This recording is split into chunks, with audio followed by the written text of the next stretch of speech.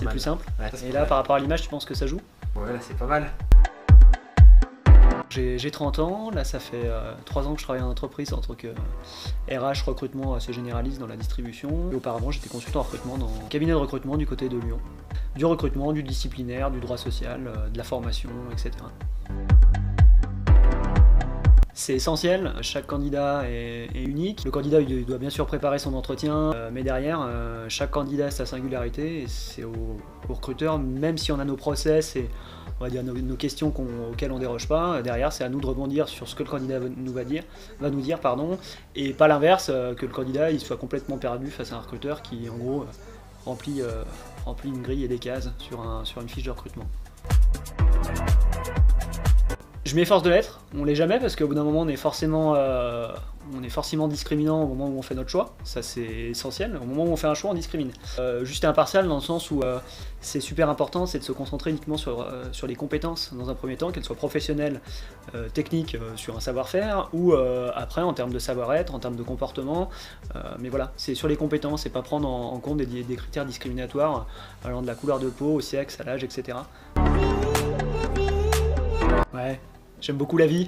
Non, c'est quelque chose qui est important pour moi. Au quotidien, j'aime sortir, aller au resto avec mes amis. J'adore aller au ciné, partager des choses. Je suis passionné d'œnologie. Mais voilà, en tout cas, j'aime beaucoup le vin et j'aime bien en boire, en découvrir de nouveaux. Et puis à côté, dans le recrutement, j'essaye, dans mes entretiens, etc., avec mes candidats, c'est justement de les mettre à l'aise.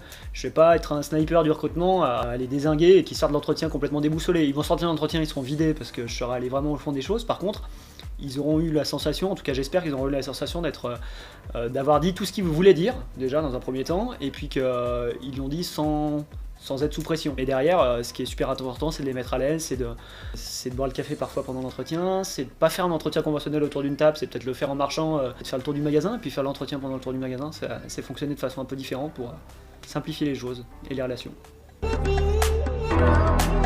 Je suis intimement persuadé que le recrutement c'est un métier avant tout.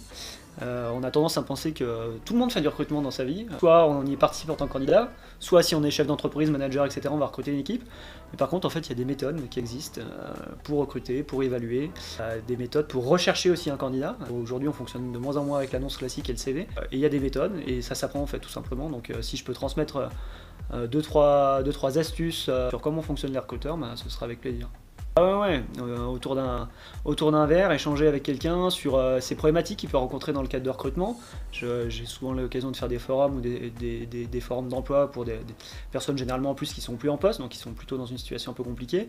Et même si ça avance pas pour mon poste, c'est de les conseiller en disant peut-être enlever ça de votre CV, travailler ça différemment, aller à l'essentiel en tout cas.